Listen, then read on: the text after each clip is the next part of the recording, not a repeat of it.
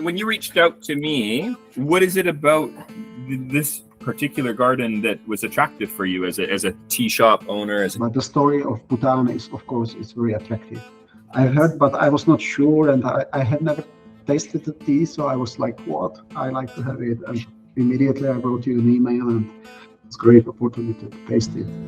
Hello there, and welcome to JagaVision. I'm Jared Nyberg. Today, though, a guest joining us from, I believe I'm supposed to say Chechnya these days, but please correct me if I'm wrong. I actually have Dan on the call with me. He's from Klásek Tea. Do you want to tell people who you are that are watching right now? I'm also co-owner, like you, co-owner of Klásek Tea, which is a small family business bringing tea to Czech Republic. We started 20 years ago already. We started with Himalayan teas, bringing tea from Darjeeling and Nepal, and then we slowly add some other region like Korea, Taiwan, Sri Lanka. We have an online shop. We sell tea to Czech Republic, but also abroad. That's it. Very cool. It's 10 p.m. in your neck of the woods, if I remember correctly. Yeah, so it's 10 p.m. It's Czech Republic, Prague. Maybe you've heard. Okay, you know, you're actually my second guest from the Czech Republic on the show. Really? Yeah. Who was the first one? I don't know if you know him, but his name is Jacob. He's works with a company called Tea. Of course, I know Jacob. Of course, yeah, he's a good friend of mine. Yeah, I know. We know each other very well. Actually, one of the regions that really caught my eye for loose teas back in the day was definitely Darjeeling. I actually think I may have ordered from you a long time ago because I noticed really? Well, I think so because I recognized your email address. Okay.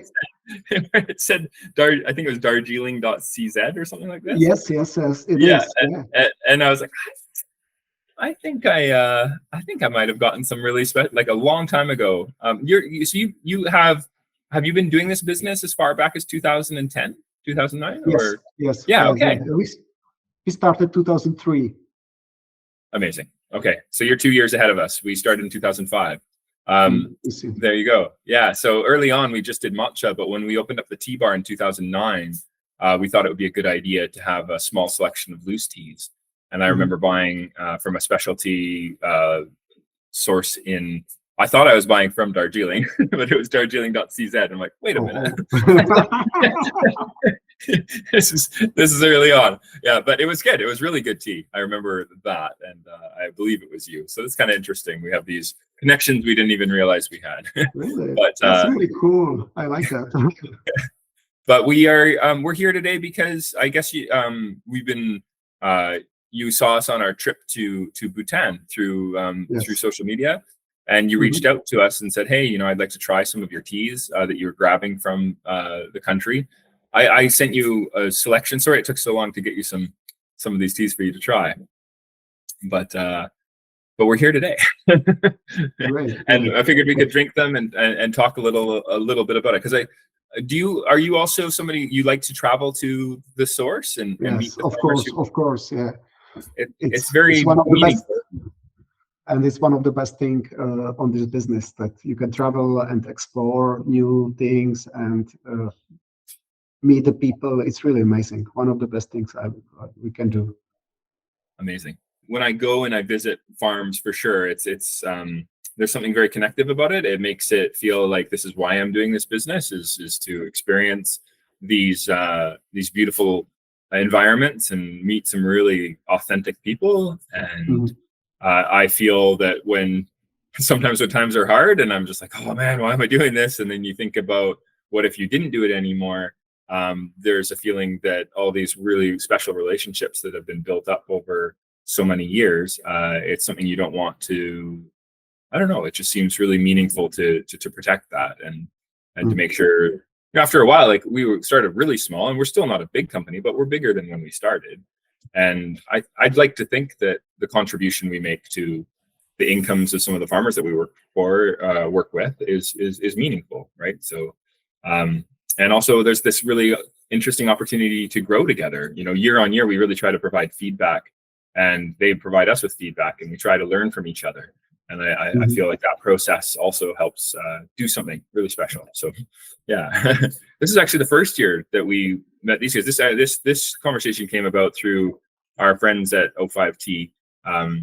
The owner there, Pedro, he asked my wife and I if we'd like to join him on a trip that he was going on to Bhutan. And this would make it more of a delegation rather than what we all love to do, which is this travel to origin by the company. But we also, my other hat is I'm the president of the International Tea Appreciation Society, which is a nonprofit that puts on an annual festival every year here in Victoria.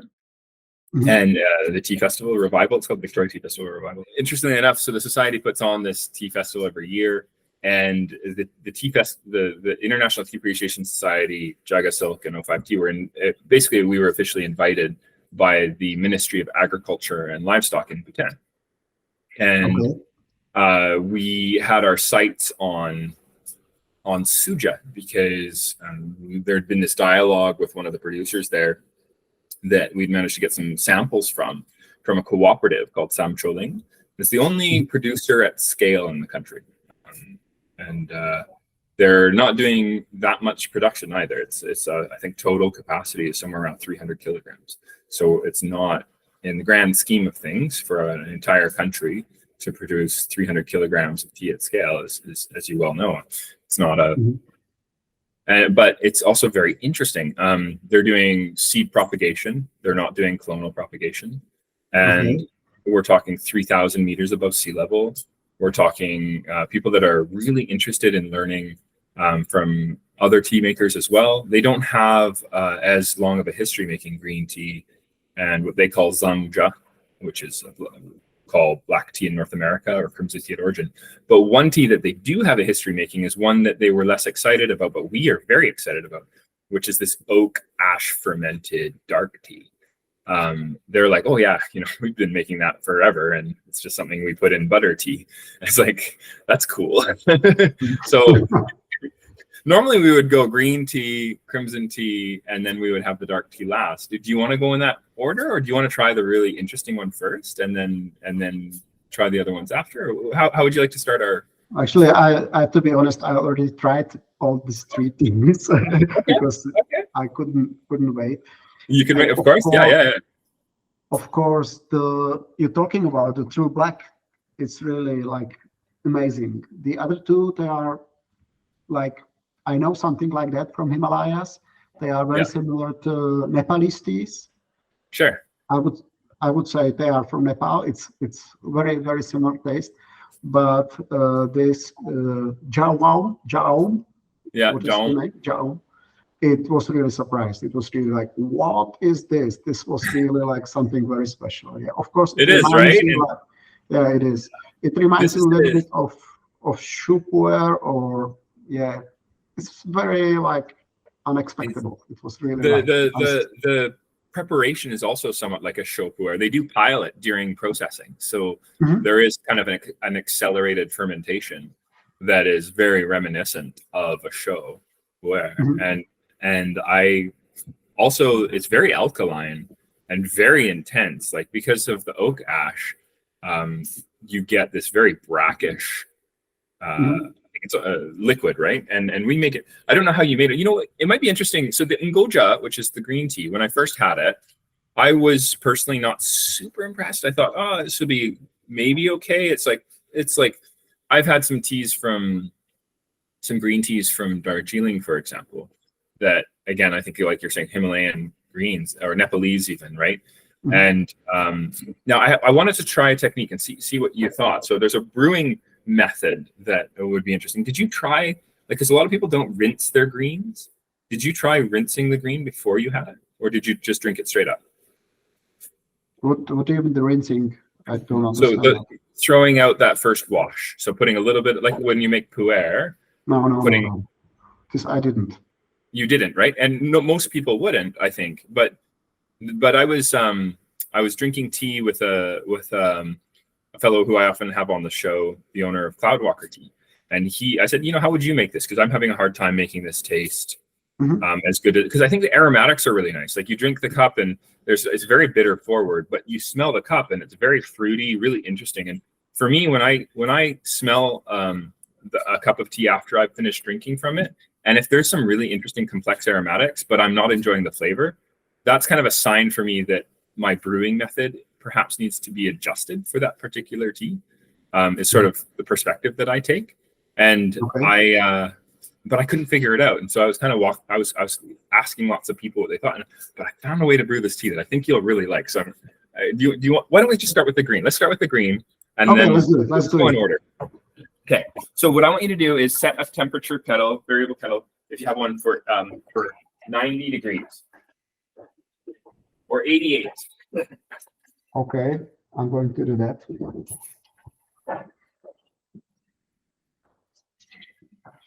Okay.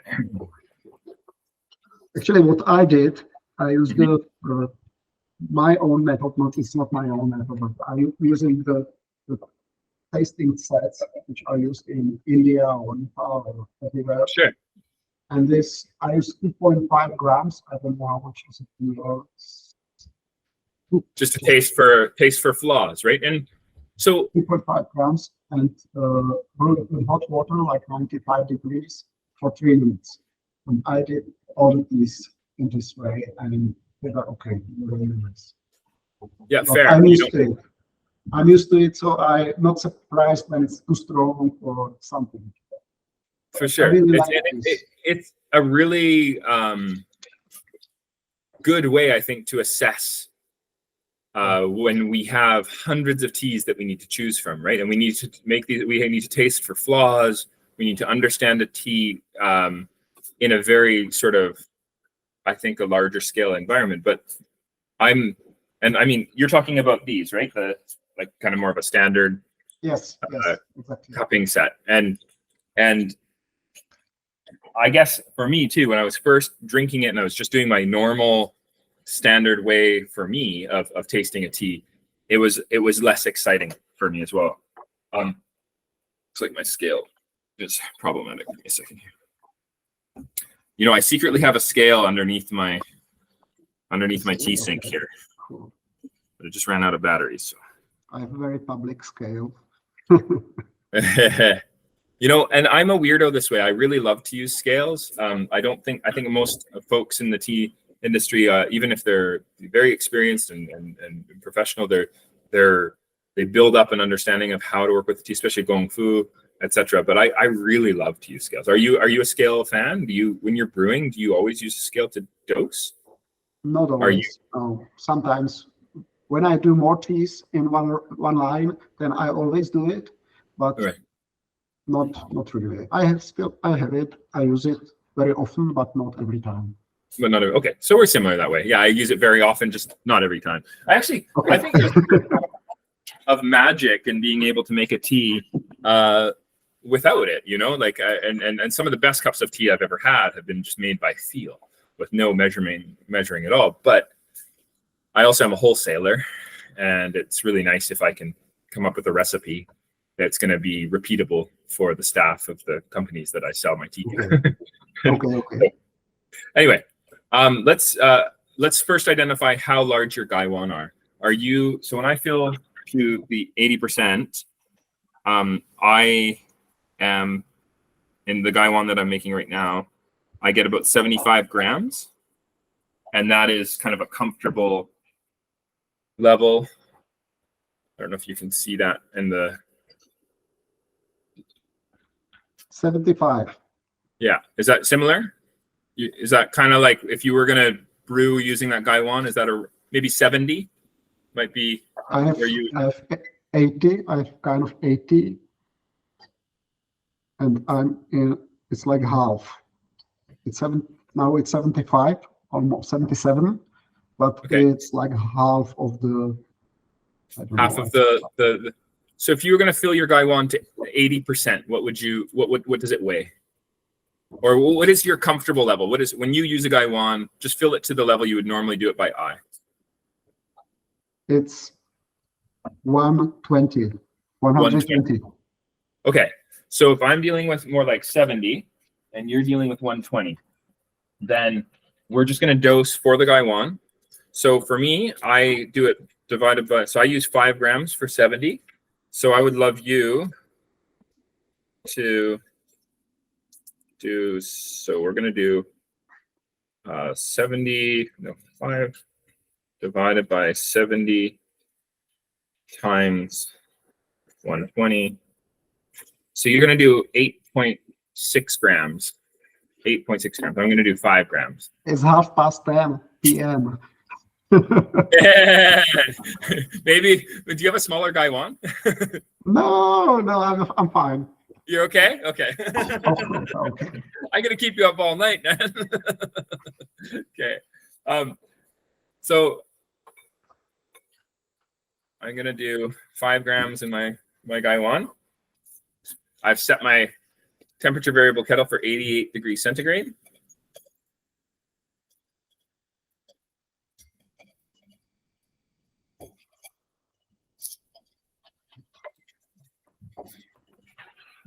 And then this is just more inspired by, Gong Fu Cha. So I'm trying to do more like a Kung Fu style of brewing this.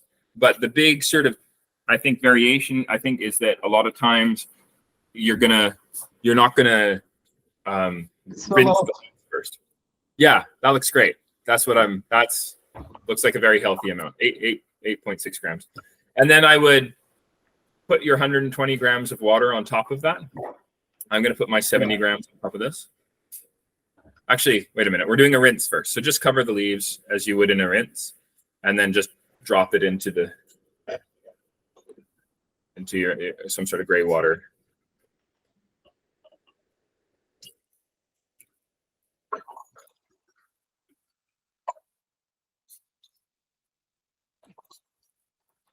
Toss that. And that first steep, that rinse actually carries a lot of the bitters. When I take this now and I fill to 70 grams and I do about a 10-second infusion, maybe 5 seconds. Shall I repeat it? Speak again? Shall I do it? Shall I do the same? For yes, please. 10 seconds, yeah? About 10 seconds. 15 seconds max. And then I've been pouring high.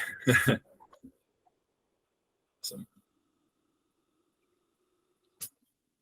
And then just a lovely aromatic. You really can smell the Maillard.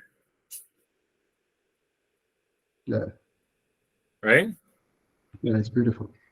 And then and then the energy from this tea is just fantastic. I think it's very pure growing environment. Really, really beautiful garden.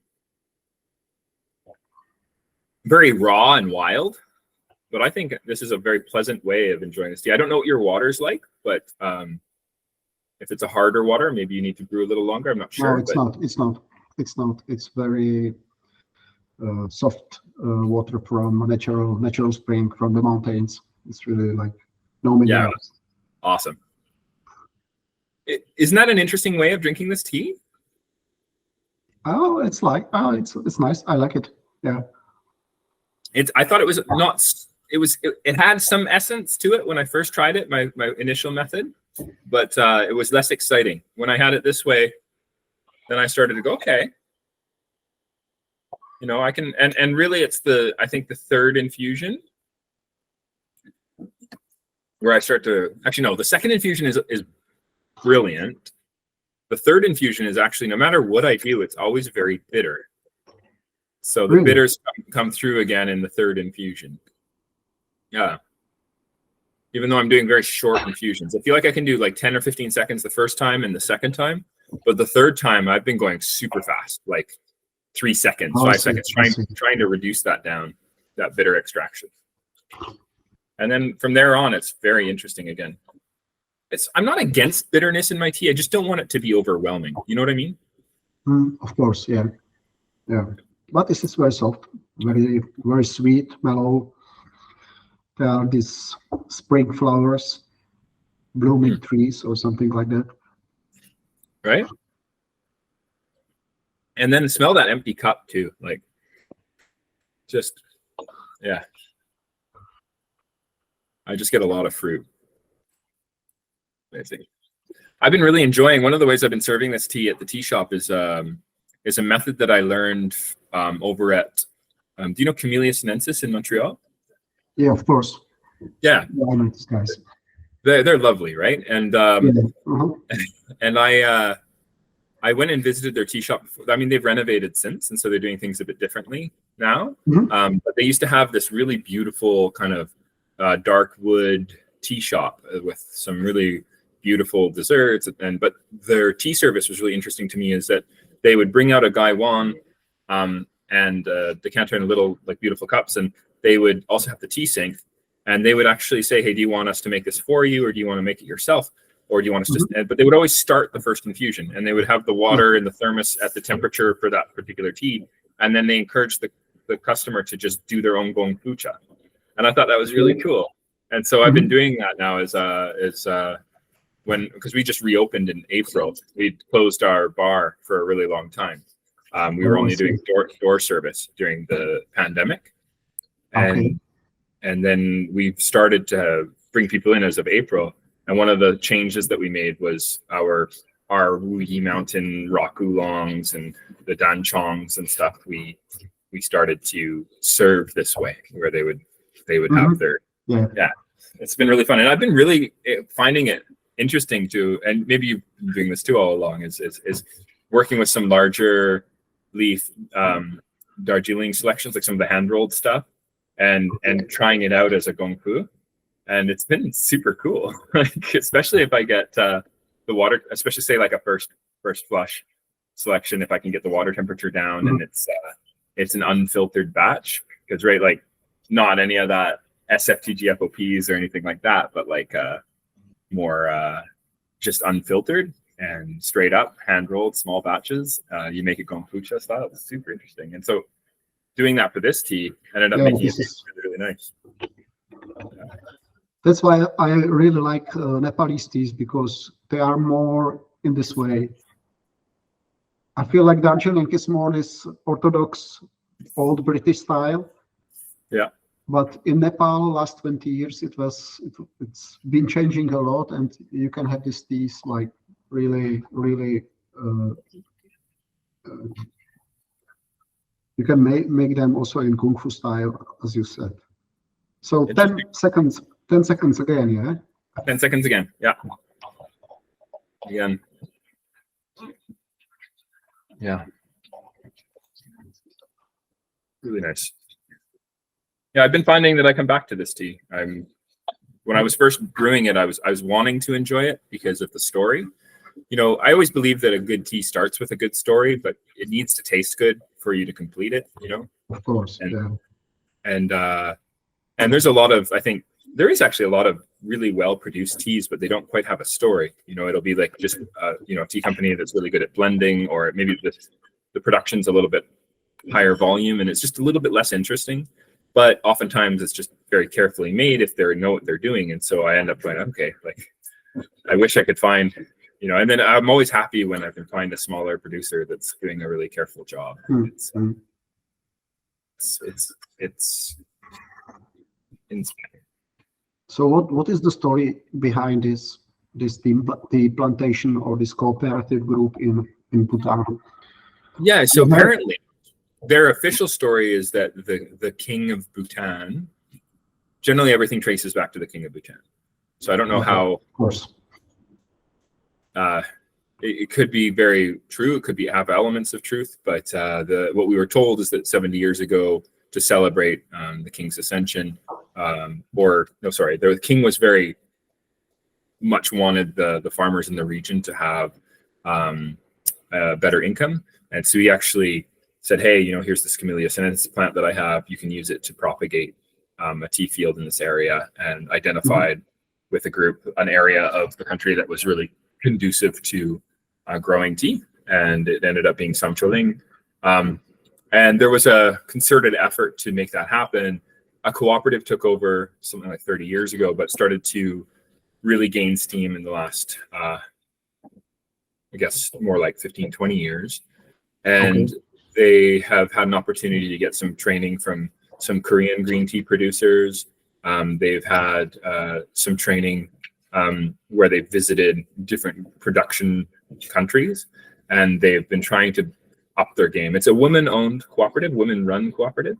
So that's also unusual in the country. So it's got a social justice component to it as well, which is good. That's great. That's really good. Yeah, and they have when we visited, there was leaders of different sections of the cooperative that we were speaking to. So it's not like one large cooperative with sort of like, there is a main kind of head person, but it's a very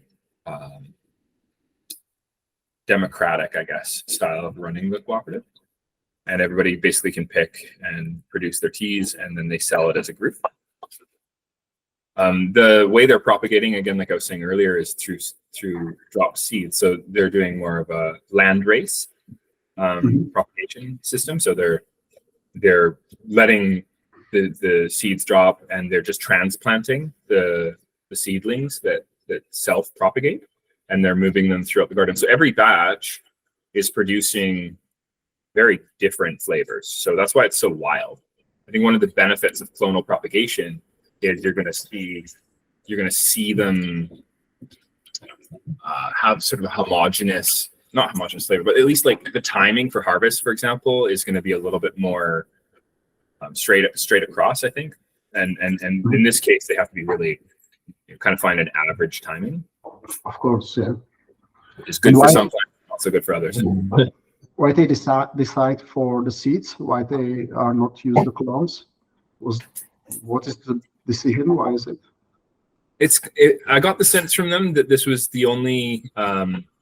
This is kind of like the only way that they know. But there isn't. One of the farmers is interested in doing clonal propagation. I think that there's something really special here to its wildness. I can understand as a farmer trying to isolate and find some really, good flavors that you want to repeat from batch to batch, that there is sort of an instinctual response to go into clonal propagation. But I think that something that we learned in Mandokoro, for example, was that it's very, very interesting to do the landrace concept. Mandokoro in Japan, 500 years of production, they've been doing this kind of style, really, of propagating tea. And I actually find a lot of similarities. Like if we drink, we don't have a whole lot of time. Why don't we drink the Zangja right back to back here? And you can keep going with this. Like take this, even honestly, like tomorrow, I continue your 8 grams. I know it's great. It's really good. Now I can go on until tomorrow. You go all night. You're gonna be on Victoria time. Okay, so I'm gonna just move to the Zangja while we're talking. So what is it that when you reached out to me, what is it about this particular garden that was attractive for you as a tea shop owner, as a tea seller? What was just, it was an unusual origin? Yeah, this is the main thing, of course. Like for the selling, for the marketing, this is really something. Of course, yeah, this is the main thing. The tea is, if I would get it from Nepal, it will be like one tea from many, like in a between of so many. But the story of Bhutan is, of course, it's very attractive. Me personally, I have a connection to Bhutan because I'm practicing Buddhism, and a lot of my teachers are from Bhutan. So amazing. Okay. This is kind of like something on the top. But we visited Tatsi. Yeah, but the other thing, I like the small regions. I like the small places where there is no huge tradition, long tradition. There are like so many nice places where you can find tea, and they are like not very well known, and the tea is great and it's very interesting. So when I've heard for the first time, when I heard that you are in Bhutan, the red light starts to blinking, and like what they are doing there. And I've heard the story of the tea plantation on the at the garden of Royal Palace. I heard, but I was not sure, and I had never tasted the tea, so I was like, what? I like to have it. And immediately I wrote you an email, and I'm happy actually. I didn't thank you for the samples. It's amazing, and thank you very much for the samples, because it's great opportunity to taste it. Really great, really great. No problem. And Yeah. the tea is great. I really like it. I can imagine people will love it. It makes sense. Okay. Yeah, no, so it's very similar reasons. We've also, I mean, there's the religious sort of spiritual component that's very attractive about the country, and also that it's so isolated, and it feels very unusual to and you know, the population is less than 1 million people. There's not a single traffic light in the whole country, and it feels like yeah, almost otherworldly. Like, it was very interesting that way. Yeah. This next selection, the Zangja, recommending that we try it at around 90, 93 degrees centigrade, slightly hotter, but not boiling. I find that boiling makes it a little bit more, it kind of loses its complexity. It brings out a little bit too much sort of mottled tannin. And I find that just slightly hotter than what we were drinking. You could even make it, honestly, with the same temperature as you were brewing the green with. Same dose, 5 grams. I'm going to put 75 grams on here. But, sorry, I'm going to rinse first.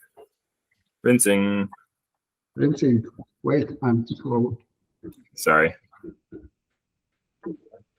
I want to get to the butter tea, and I feel like we're going to run out of time, so I'm moving a little fast. This tea is also very good. It's more, though, this was easier for me to enjoy, I found. If I just made it with a high dose, gongfu, like I've been doing my Mandokoro crimson teas, it's actually quite nice.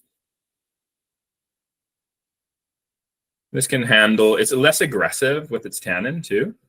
The Ngoja is like, I feel like it's like a more of a sensitive tea. I have to be very delicate. Hey, take responsibility. Okay. You have midday there. Okay, awesome. Thank you.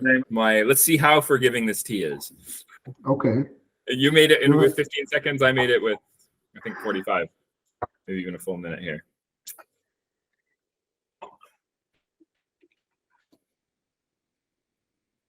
Good smell. Okay, getting a little bit of.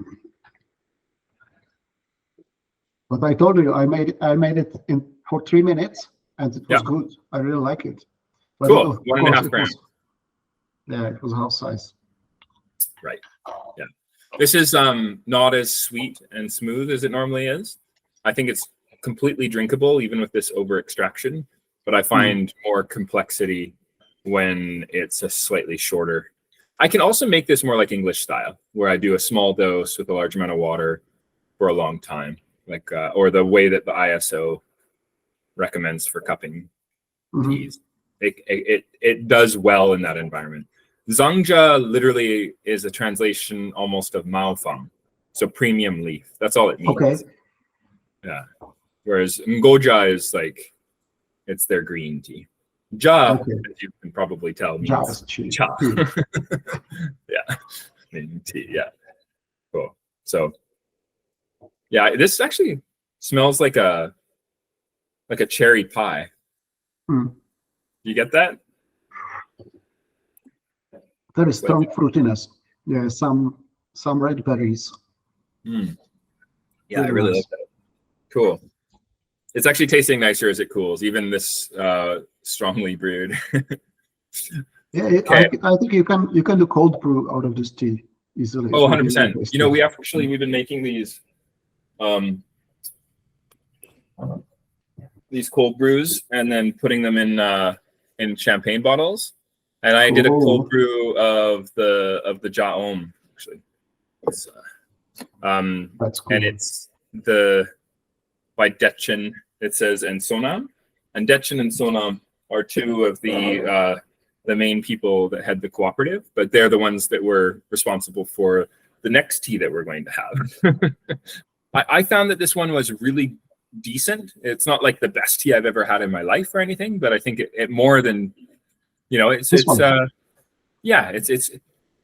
it's costing me something like what I would pay for a decent tea from Japan, which is a bit of surprise, but such small production and everything done by hand, I guess it makes sense because the Japanese, of course, are so heavily mechanized.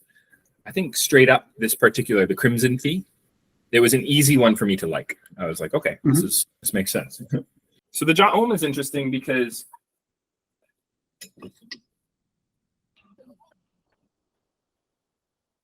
it's normally what they use for making suja or butter tea. The milk tea, salt, a little bit salty butter tea. Yeah. Maybe you said you have some Bhutanese teachers. Maybe you've had suja. Yeah, I got some. Yeah, I got some in Nepal, not in Bhutan, but there was like a Bhutanese monastery in Nepal. Right. And they were always like offering this milk tea with butter. I think it's also Tibetan tradition. So also Tibetan, they do the same tea. Well, it's a form of Tibetan Buddhism, right? That they're practicing. Yeah. There's a lot of shared cultural characteristics between Tibet and Bhutan and areas of Nepal and even northern India. Right? It's super interesting, I find. And this Ja-Aum, which is what they call the tea leaves, you can make them as a jatan or a pure tea, which is the way we're going to have it, but it's not the normal way. Normally, you would make it as you would actually do a small dose, but you would decoct it. So you would do more of a decoction. You would do a boiling of it over the course of a few hours. And you would I find that helps to temper the alkalinity, and you get less of the oak ash, and you get more of the tea. And so I highly encourage it. On the package, I think that I sent to you, there's a recipe for the suja butter tea. Which is lovely. You could reduce down the dose to but a 4 hours plus is a really nice boiling time. And then you put that as a base with some salt and some butter, and then you can whisk in some milk. In hotels in Bhutan, they're doing it with kind of blenders these days. But back in the day, and still in some of the farmhouses, they use like a butter churn to make it. And they put all the ingredients in, and then they churn it and really froth it up in the butter churn. And another way you can do it, instead of suja, they call it it's a form of suja called kaja, and they actually use a branch like this, and they put it into the pot, and then they froth it. Yeah. And I actually find what I found really interesting is how this just reminds me of Japanese bamboo whisk. I can almost see a connection to maybe something back in the day, we can trace a lot of tea's early history, of course from China, but I'm just curious how much through the travels over the Silk Road, etc. I don't think it was a one-way street. I assume that some culture would have come back, and might be some influence there. And it just felt that way. I have no archaeological or scientific basis for it, just a feeling. But in particular, the tea that we're going to have is quite old. The first two teas you had are more of 70 years of learned skill and a cooperative kind of. But this next one is the Bhutanese response to pu'er, or the Bhutanese response to more of like a hei cha. And they are doing a piling. They're boiling it in oak ash for about 4 hours. And then they're letting it pile and dry for 3 days. And then they're chopping it. And then they're reboiling it for 4 hours. And then they're piling it and letting it dry again for 3 days. And so you get these chunks of tea. And they often don't even use Camellia sinensis, which I think was the big surprise for us. But I guess it was a way for them to sort of fill in when they couldn't get their pu'er bricks. They were kind of creating their own version using what they call local tea, which of course is not related to so this but this particular cooperative growing tea, they are making suja with Camellia sinensis, but that's actually not the domestic norm. Does that make sense? Okay. So we're going to have sort of the Camellia sinensis version, and this one again similar. The only thing that I would say is different about this one is we're going to use those 5 grams, and we are going to do a rinse, but we're going to use boiling water. So when you talk about 5 grams, it means 8 grams for me. Yeah? Oh, that's right. So 8.6 grams for you. Yes. Oh. It's really a lot. My bad. And then we're going to do the big difference for this one is we're going to just do flash infusions. We're not even going to give it 10 seconds. We're just going to go like really fast because it just gives so much richness so quickly when we brew it this way that I find it can get super intense really fast. And I'm sorry if I'm just kind of like we're making it my way kind of thing. I'm actually very interested in how you would make it as well. I want to just kind of share with you what we've learned from this tea, but I'm also, you did do the cupping of it, but have you made it a different way since, or did you just do the 1.5 gram? No. So this is the first time you've made it in a gaiwan.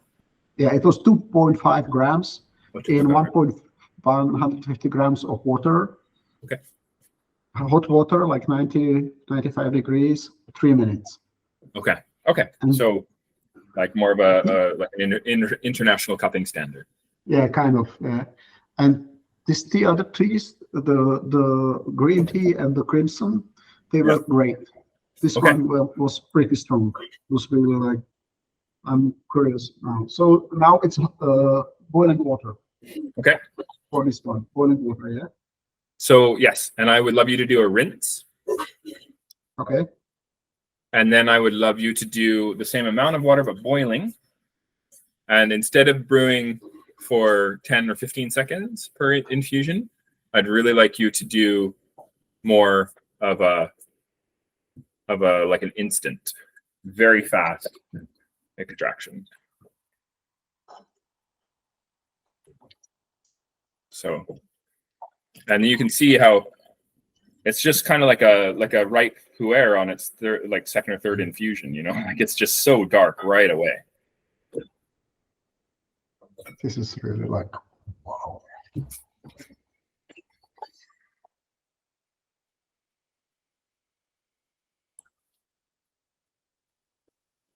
Cheers.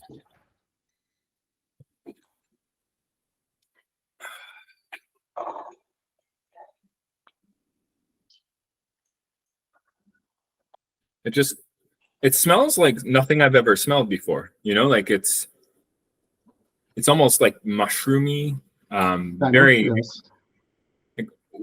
it's an attractive, I think, smell, but just really odd, right? Yeah.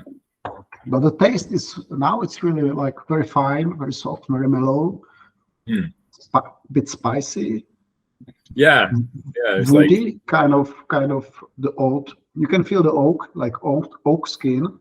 Yeah, it feels like the tannic structure has been built up that way. But this is very alkaline. Like if you use a pH meter on this tea, we're up in like 8 or 9, really? 9.0, somewhere around there. Like it gets pretty alkaline.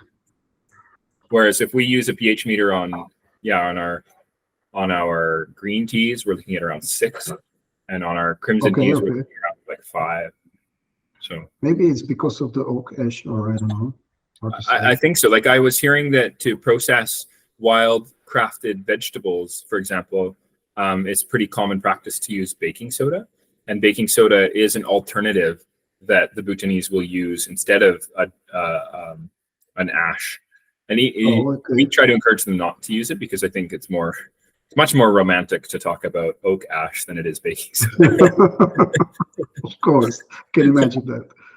But I imagine that, and also I don't want to think about industrial heavy metals in baking soda. So you know. Sure. But it is something that helps to detoxify, because one of the things they did this year, and I don't know if you can tell, but they put in a little bit of mistletoe. So last year it was pure Camellia sinensis, and that's what we thought we were getting. Okay. But after we did some digging, this does have a small amount of mistletoe in it as well. And I'm personally, when I'm going for a tea, I'm interested in tisanes. They're actually what initially attracted me to my wife and I to the tea industry, was like the health benefits of tea. But when I'm trying to search out specialty teas, if somebody told me, hey, this is a mix of tea and other herbs, I'd probably be less interested if I knew that straight up. But finding out afterwards, after I already enjoy it, was actually okay. But I still want to encourage them to just do it with Camellia sinensis. But we also have some selections from some farmers in other areas of the country that are made with just their quote unquote local tea, right? So it's more more of, I guess we would call it tisane or herbal tea. But, yeah. But when you were talking about the very long tradition of making this tea, so they did it all with local herbs, or they did it with some tea which was brought from China, like heicha or dark tea, or what? You were mentioning that this tea is really old. This is the really, like, they did it for centuries or something like that. Was it like only with the herbs, or they also used Camellia sinensis before the 50s, when they started first tea plantation? This is part of our journey. We're learning this right now. From the sort of rudimentary dialogue that this early dialogue that we've had, we were only there for 10 days. And this early moment in our search, our understanding is that this was made when they couldn't get their hands on product from China because of, maybe relationships, politics changing, things getting a little bit more challenging to get over the course of not just recent history, but going back longer term. So there's moments when the Kingdom of Bhutan has had a very easy relationship, and there's been times where things are a little bit more strained. Yeah, sure.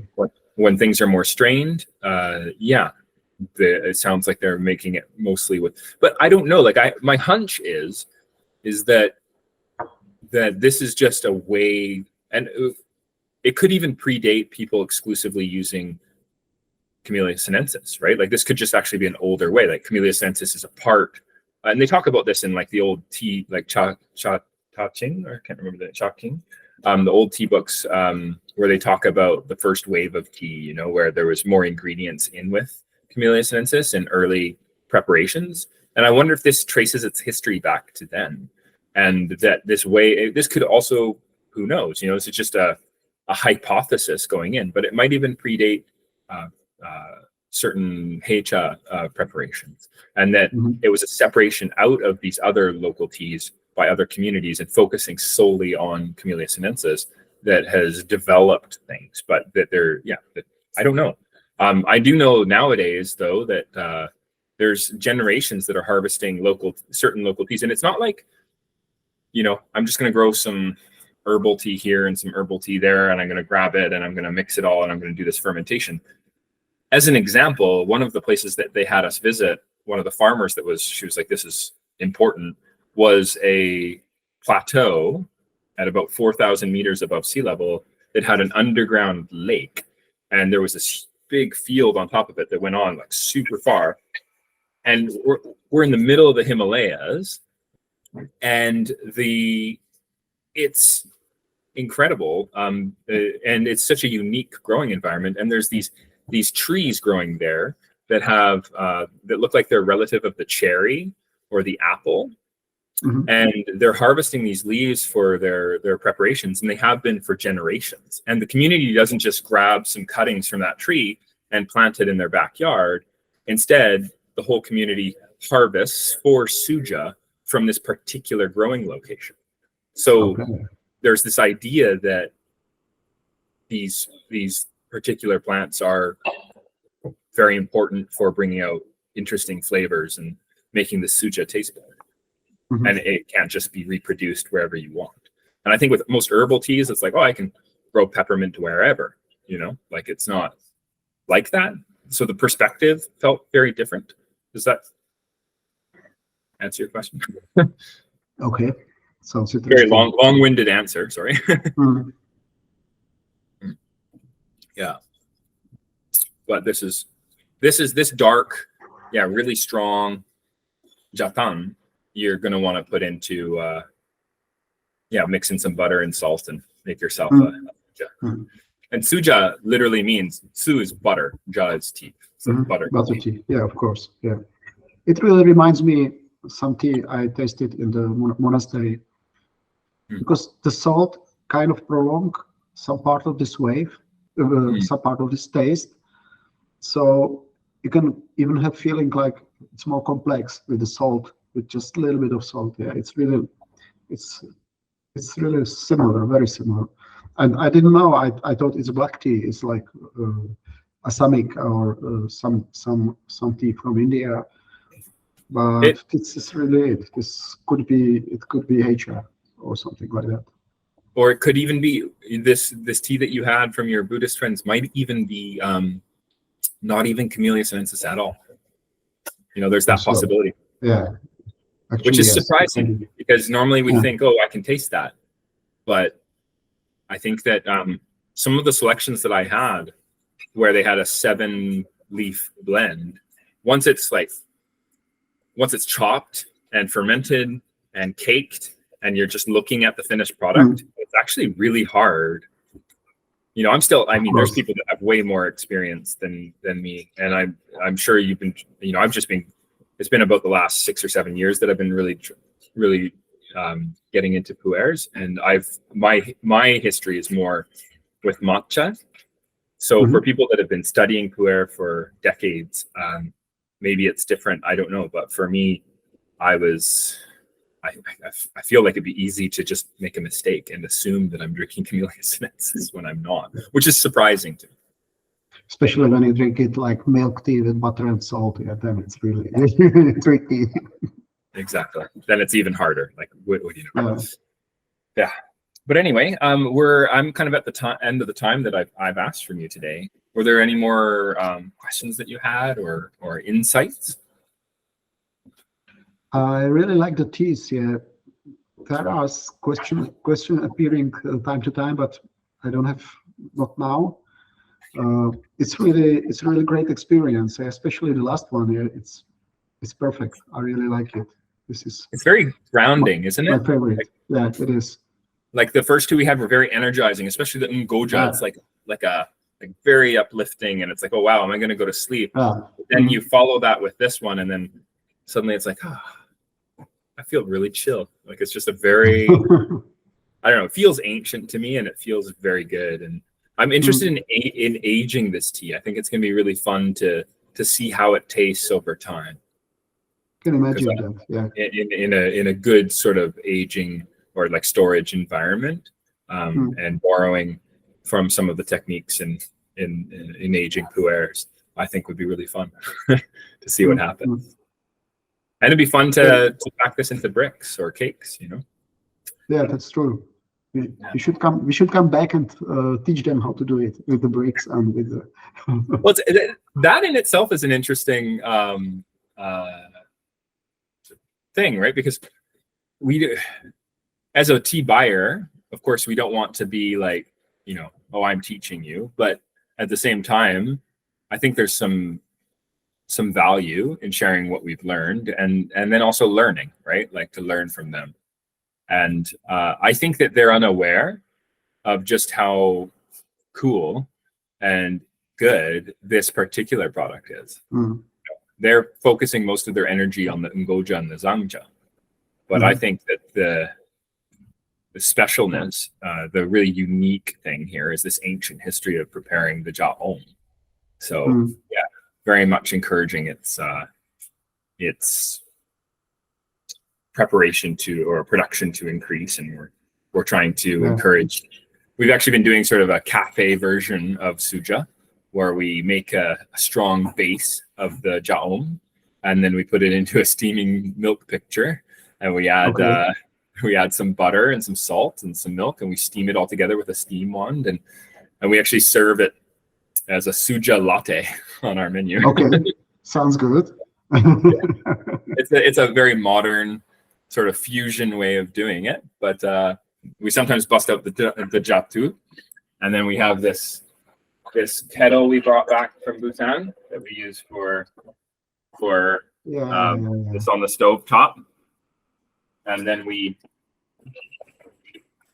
put it into a kind of a tiny version of what they have at origin, this little pot here, and the jatu just barely fits, and then we can whisk it in there, and then once it's done, you add the butter and the salt and the milk are all in there, and then you actually put the rice into this kind of cooked puffed rice goes into the suja tea, the butter tea, and you have it with rice, which is kind of interesting. And it's a sort of a variation on the drink that's quite popular at the houses in Bhutan. So I think originally it should be yak butter, no? Also. Yes, and we wanted, so we were like, we would really like to try yak butter, but we did get the next best thing, which is we were able to have it with milk from cows that are pretty unique to Bhutan, that were milked that like 10 minutes before we had it. Okay. So that's pretty cool, right? We didn't get the yak milk, but we were close. Okay. And to be fair, most folks in Bhutan are drinking it with that kind of cow milk these days. But I think the tradition, of course, is with yak butter and yak milk. And we did see some yaks. Well, thank you for your time, and let me know if you would like to. If you have any more questions, you have my email, of course, and I can answer them. And I'm interested in your project as well. Do you have like a tea that you're really excited about right now at Klásek Teas? If I was gonna go on your webpage and buy some tea to bring in, is there one that's you're really excited about that's special for you? Yeah, actually, we just got a big package of Taiwanese teas, and we are slowly unpacking the packages, and there are really some really nice teas, like the competition packages with Baochong Taipei competition and some red tea competition tea, which are really great. So we are slowly like going into it and tasting the teas, which is always nice. So this is something. Taiwanese competition teas. That sounds pretty cool. Yeah, this is really nice. They are crazy about the competitions, and they have such a nice packages. Like I can show you. Okay. Like these huge packages of tea. Oh wow. Like okay. This one, and it's always really like nicely packed. So this is something what we did today, and we will do tomorrow, like drinking the Taiwanese teas. This is something really, really nice. Yeah. Cool. Okay. All right. So I will. So for people watching and for myself as well, if we want to buy some of these Taiwanese competition teas, they'll be available soon, or they're already available. It's going to be available like I think the day after tomorrow or something like that. I have to taste it and make pictures and description and everything. So it's going to be in 2 days or something like that. I'll make a point of making that happen. I would love to try some of these. That sounds really, really cool. But for those watching, if they want to go buy them, how do they find your webpage, Dan? Actually, it's easy. It's klasektea.com. Your roots are in Darjeeling, I should say. Is there a selection from Darjeeling that might be really interesting for viewers to check out as well?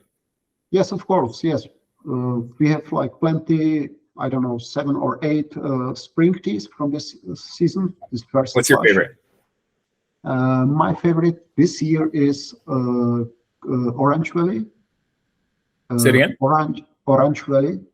Orange Valley is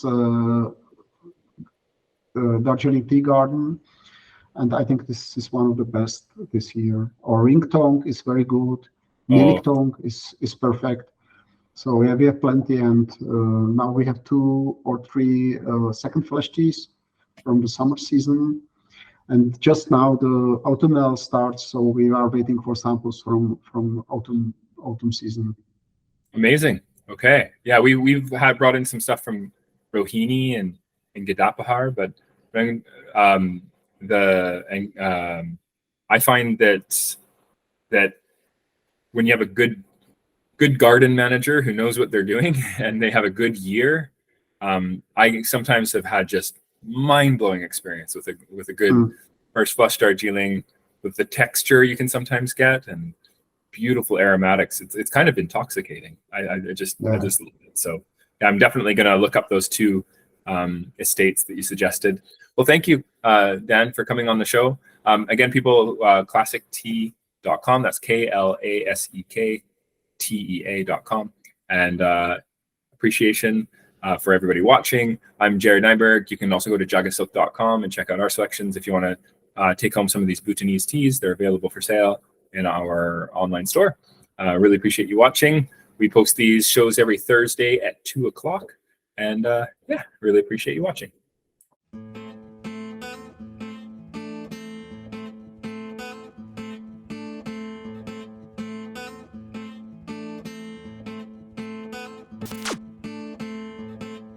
We're close to it. We're almost at 150, episode 150. It's getting close. That's 150 weeks of really amazing conversations. So you can check out some of our old videos where we have some really amazing guests joining us, and they've all been archived on the channel.